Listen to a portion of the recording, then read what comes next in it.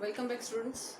In continuation with the online class series of class 12th biology, we are here in continuation with chapter number 2, that is sexual reproduction in flowering plants. And as in our previous video, we have already talked about the various types of pollinations. That is, we are on the second phase, that is the transfer of gametes of the pre-fertilization events, and we have already talked about the various type of the pollinations that are found in nature. Now today we are going to talk about the agents of pollination and what are the various types of the adaptations that the flowers adapt for being pollinated by various types of the pollinating agents. So talking about the very first type, basically pollinating agencies or pollinating agents.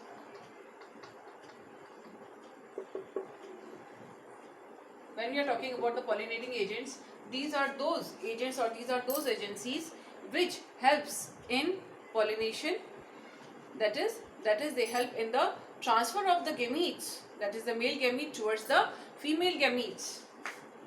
These help in transfer of male gamete towards the female gamete, or we can say that they help in the act of pollination, or these agents help in the act of pollination. So when we are talking about these, the pollinating agents, they are of two types. Basically we categorize them in two types.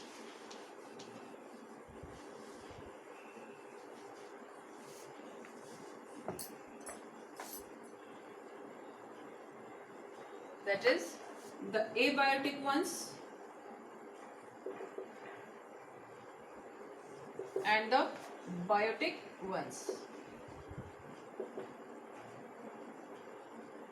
When we are talking about the abiotic agents, these are those agents which are basically non-living in origin, that is they are inorganic.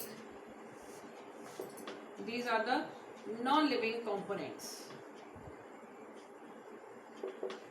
For example, wind and water. The very good examples of the abiotic agents or abiotic pollinating agents are wind and water. When we are talking about the biotic agents, these are the living components. That is, they include a large number of living organisms, that is either the whole of the arthropod world, that is including the insects, the bees, the wasps, the moths, the butterflies, including the birds, basically the hummingbird, tailor bird, etc., etc. Besides that, human beings, lemurs, they are all very good pollinating agents. Insects, bees, wasps, moths, birds, then lemurs, human beings, etc., etc.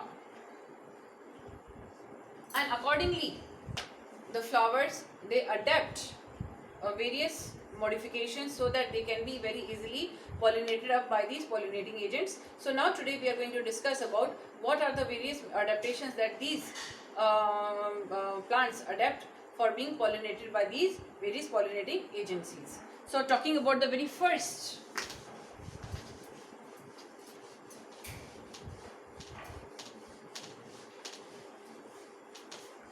we are going to talk about here for the abiotic agencies. Basically, a large number of the plants in the plant kingdom, they are pollinated by biotic pollinating agencies. A very few of them have adapted themselves for being pollinated by the abiotic agencies. But still, to discuss about them in detail, we are going to discuss them.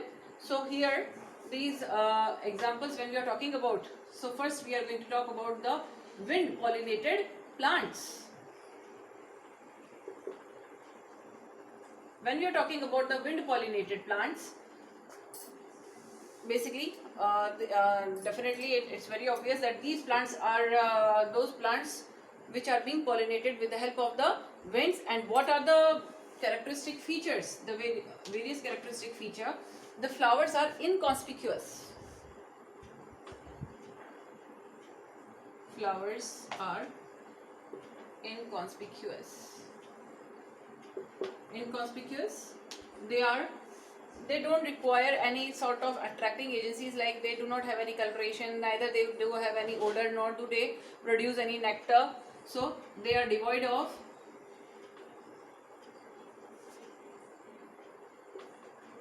coloration, odor, and do not produce nectar. See, the male gametes, that is the pollen grains that are produced, are very light in weight. Pollen grains are very light in weight, so that they can be very easily carried off by the wind. Then fourth, the stigma appears to be very sticky, so that it can very easily hold up the large number of the pollen grains that are coming towards it, so that it can hold up large number of pollen grains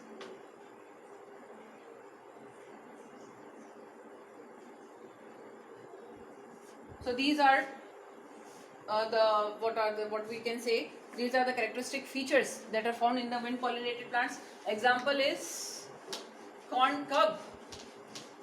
The basic corn is a very good example of wind pollinated.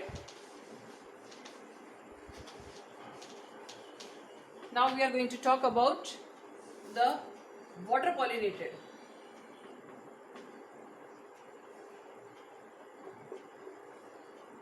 Again, when we are talking about the water pollinated plants, there are a very few, hardly a few genera, around about 30 to 40 genera that are present in the nature, in the angiospermic group, that are basically dependent on water as an agency for getting pollinated.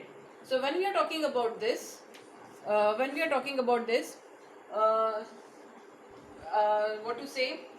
examples like Vallisneria, Hydrilla, etc., etc. Examples are Vallisneria, Hydrilla, seagrass,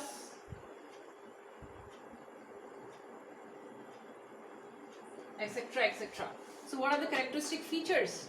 The characteristic features are basically seen, such as basically not all the aquatic plants, they do depend upon water as a pollinating agent, but when we are talking about a few of them, some of them which are basically are found submerged in the water, they are basically dependent on water. So some in some plants, the female reproductive part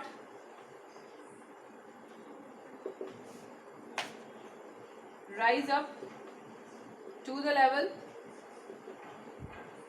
of the water, so that the pollens floating on the water can easily reach them up.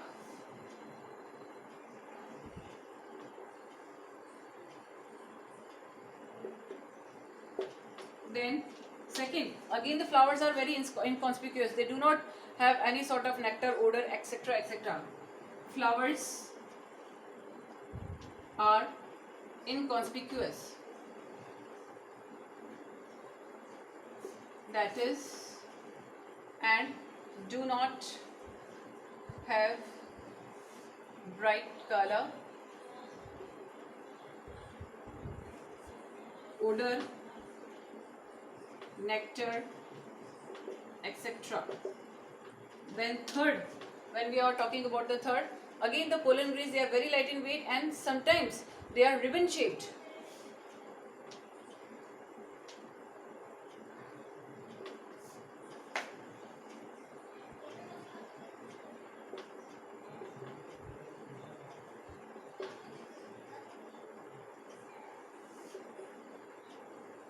And of course, a very common thing among both the wind pollinated as well as the water pollinated plants, that the male gametes, that is the pollen grains, they are produced large in number.